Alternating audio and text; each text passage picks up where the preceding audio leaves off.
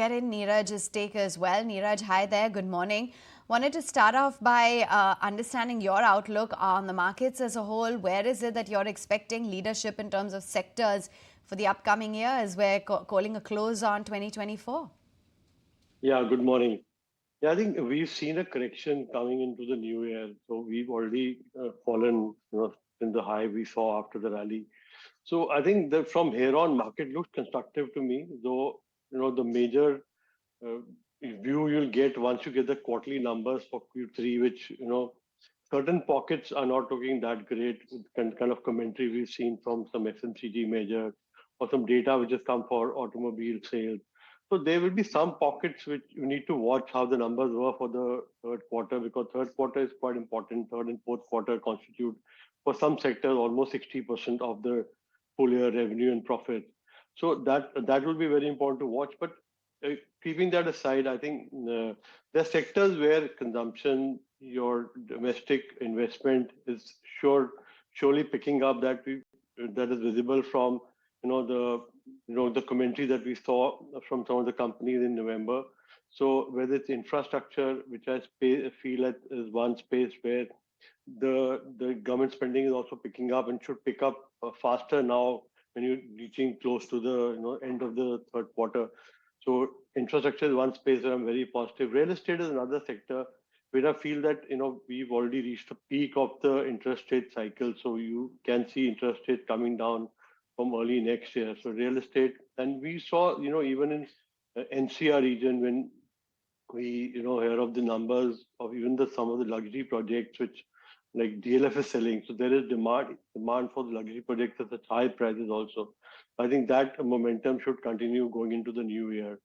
So then, metal space, I'm positive on non-ferrous metals. So non-ferrous space is one where, that normally in the ferrous space, capacities are there and a lot of capacities are coming up also. Plus the China factor also plays a very important part there. It makes it too volatile. The non-ferrous space is where I'm more positive on. Then besides this, the private sector, large private sector banks should continue doing well. We've seen HDFC doing well. I think large private sector banks, the likes of HDFC, Kotak, ICICI Bank, Axis, should do well in the coming year also. And some of the stronger PSU banks, so financial as far as stronger PSU banks and private sector banks, the larger ones I'm positive on. And there's this, EMS sector which has been doing well. So EMS and defense. So there one has to be careful on the valuation of what companies are buying and the growth. So there is definitely a premium, but premium is because of growth.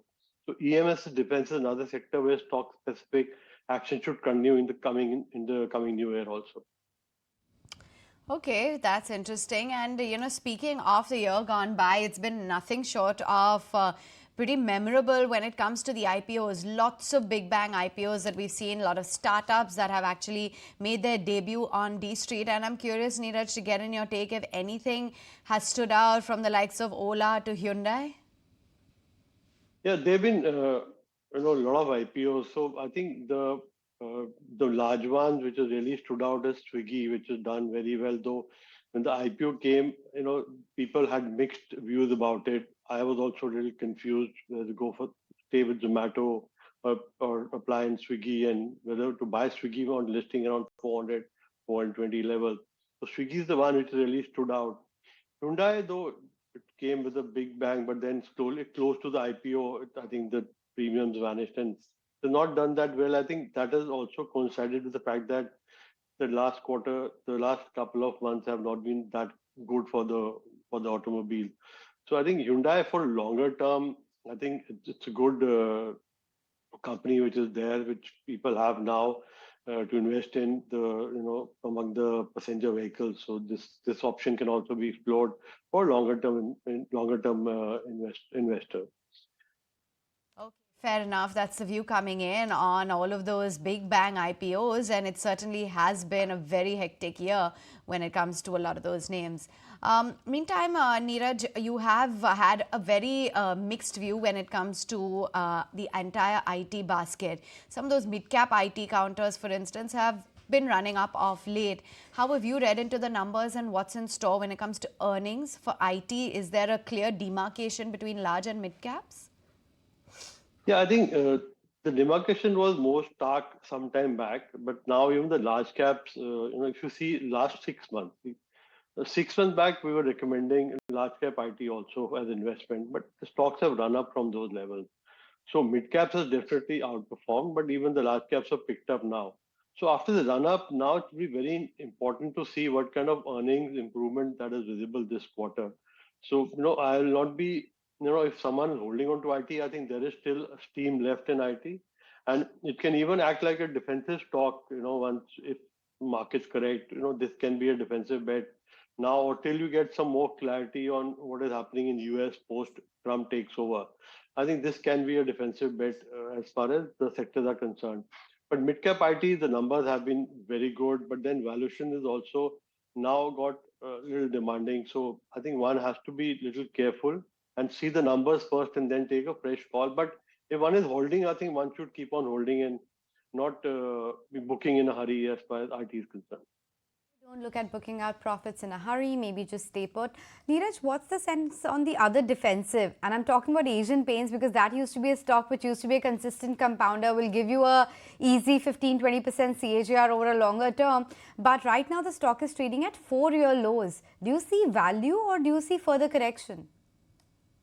Yeah, I think the stock may not correct so much from these levels, but I think it will have the time-wise correction, or it will consolidate around these levels for some time because there is a lot of competition which has come their way. Whether it's there are two large groups which have come into paint segment, and there's good acceptance which is coming into their products also. So I think, and Asian Paints was the market leader there. So once you have the big large group with deep pockets also entering, they will and the quality, if the quality is good and accepted well, then there will be some fall in the kind of growth that you've been seeing in Asian Paints. So I think it should consolidate around these levels. I think 2-3 quarters of numbers for them and for the other paint companies, and one can make a case whether there is value from these levels, or then one can look at investing again in Asian Paints. But I think for now, I think some more consolidation should be there for them, for Asian Paints. All right. Neeraj, if we were to pick out one of those sectors, and that's been banks, that has managed to be one of the smart sectoral movers of late, what's in store for 2025 when it comes to the banks?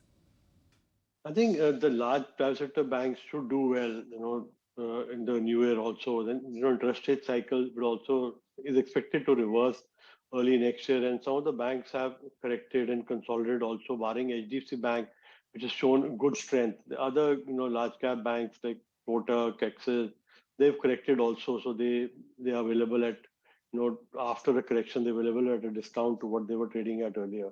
So these, I think, should continue doing well. PSU banks, I think they've also seen, you saw a couple of quarters where, the NPA inched up again, and then, last quarter was a little better for some of the PSU banks, the large ones like State Bank, or even the other banks like Union Bank, J&K Bank. They showed decent numbers last quarter. So I think these should do well in the coming year because we've seen good consolidation happening in this segment of the market. Point taken. So that's a view coming in on some of these financials. But Neeraj, what about the manufacturing space? And I'm talking about consumer durables and its allied sectors, because whether you look at the headlines coming in from Symphony, which is talking about one of the best sales in off-season that they have seen, or the headlines coming in from EPAC Durables, wherein a Chinese company is looking at picking up 26% stake as per reports, or of course the big surge that we saw in Amber Enterprises yesterday. Do you expect this kind of momentum to continue in durables slash the manufacturing companies? Yeah, I think because I am positive on EMS, electronic manufacturing companies, there the valuation may have get stretched for some companies like PG Electroplast, but the kind of number they deliver and each time they increase their guidance for the year ahead or the quarters ahead, so they've done quite well as far as the execution is concerned. So that EPAC is another one which is tied up, with a lot of companies like Panasonic, eSense. So there will be good growth coming their way also. So companies which have this, performance linked incentive, plus they are having some good types, and they are, have good order flow which is going to come and going to increase going ahead. Will continue to have this momentum, but whenever you get opportunities because of market corrections, because of any unfavorable event, I think one should still keep on accumulating these stocks because if chasing them and buying them at high levels can sometimes be a little dangerous because valuations are very high. So one needs to have them in the portfolio, but then entry is very important from what kind of correction, what levels you enter into these stocks. We've just done a review as well, taking a rewind as to which have been some of the wealth creators in the markets and which have been the wealth destroyers from the Nifty. And on a year-to-date basis, just pull up some of these stocks. I don't think it'll come as a surprise to see triple-digit gains on Trent. That stock has been a phenomenal mover, to say the least, in the year gone by. And take a look as to how it's performed. Yep, 126%. That stock has really been a stellar performer from 2,900 all the way up to 6,900. M&M, of course, the gap is very different in terms of the kind of returns that it's generated, but nonetheless, nice 69% is what M&M has done. And then from the defense bucket, there's BEL, and that stock has gained about 58%. So that too has been a wealth generator or wealth creator. BEL and a lot of these defense stocks as well that we've spoken of have had a pretty terrific run. So if we could just pull up the year-to-date chart of a BEL, and then there's Bharti Airtel, another heavyweight that's really proved its mettle, 55%. And Sun Pharma, not too far behind, has been a very smart mover. Neeraj, Trent, that has certainly done wonders in the year gone by. Anything else that you see as big triggers for Trent, or what the outlook is on this stock? Long-term outlook is still positive because the execution has been very good. The stores which are coming in have also getting into profit, maturing. The new stores are coming in, so there the growth and the execution has been tremendous. I think the long-term trend will be positive, and if one is holding for 2, 3, 4 years, 5 years kind of a view, entry at any level will not be bad for Trent. But it's that strong execution. But if one has a couple of years of view, then one needs to again time the entry when they want to enter Trend, because you saw the numbers are not that great. I think last quarter, or if I remember correctly, then we saw some correction there. So you get those opportunities to get entry, but for long term, definitely it's a very good stock, good execution, good pedigree. There's nothing wrong in that aspect at all for the stock. Just wanted to understand, Neeraj, if this is a little bit telling about what the year ahead could hold when it comes to consumption. Yes, of course, the players sound pretty confident that despite there being a slowdown, the year ahead is going to look strong, rural recovery will take place. But is there that inherent worry about a definite stall in consumption? Yeah, actually, it'll be very important to see how this quarter has panned out because, one big company came out and said that this quarter is also bad for them. So I think whether, this quarter we saw some green shoot because, main worry would be in some sectors. Like earlier, there was concern about palm oil, import duty. Then there's concern about inflation, which is food inflation, which was very high. I think once you see some improvement as far as inflation is concerned, food inflation being very important there. So the likes of Hindustan Lever, Britannia, these can start seeing some improvement. So definitely, I think because you've seen the subdued performance in some of these companies, they don't stay subdued for that long.